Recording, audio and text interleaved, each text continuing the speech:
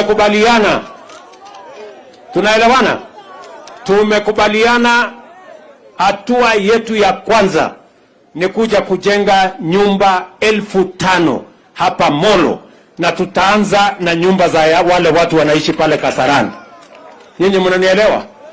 Na mimi narudi hapa mwenyewe kuja kuzianzisha, kwa sababu mimi niliwaahidi wale watu wa pale Kasarani wanaishi kwa slum.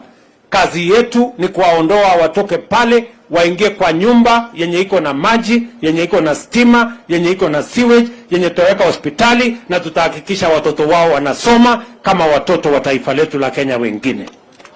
Sijui kama tumeelewana watu wa Molo. Tunaelewana? Na mimi nitarudi hapa kuanzisha hiyo kazi. Mumesikia kwamba tumepitisha si huyu Muungwana, na mimi nawashukuru sana. Mumenipatia mtu shujaa anaitwa KK. Huyu kijana, tunaelewana? Huyu kijana ndio nimekuja nikamfanya yeye ndio chairman ya kupanga mambo ya finance ya Kenya mzima, na amepanga hiyo kazi, imekaa chonjo. Tumeelewana? Wale watu walikuwa wanajaribu kuleta Kiingereza kidogo kidogo, tumewanyorosha. Sio kama tunaelewana, kwa sababu tunahitaji pesa ya kupanga mambo yenu. Tunataka watoto wenu wasome, tunataka tujenge manyumba. Na nyinyi vijana wa Molo nataka mnisikize. Vijana mko hapa? Vijana wa Molo mko?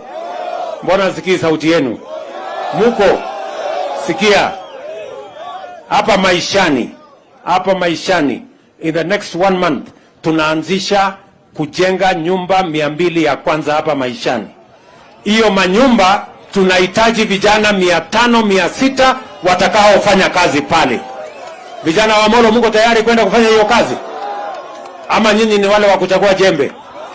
Si tulikubaliana wera ni wera? Ama tulikubaliana namna gani?